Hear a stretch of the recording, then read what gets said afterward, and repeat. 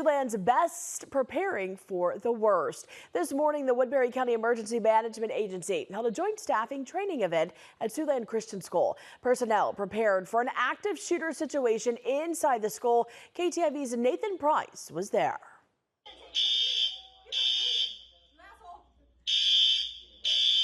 For first responders in an active shooter situation, every second counts. That's why the Woodbury County Emergency Management Agency conducted Operation Blue Eagle, an active shooter training drill for first responders.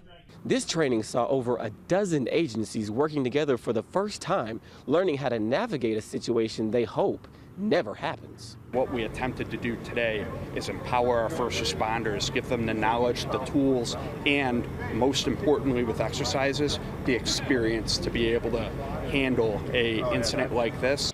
With many moving parts, emergency situations can get confusing, and officials tell us these trainings help to solve that.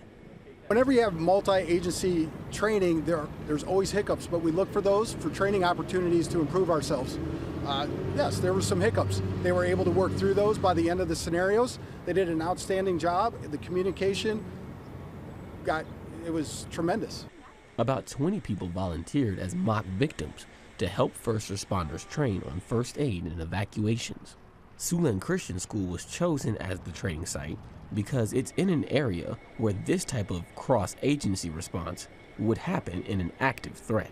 The incoming school superintendent said training like this is a reminder of how important it is to be prepared. These hallways that we walk every day, in the offices we're in, the classrooms that we see all the magic happening with our students and teachers, when you see it turn into a war zone, it's very humbling. In Sioux City, Nathan Price, KTIV News 4.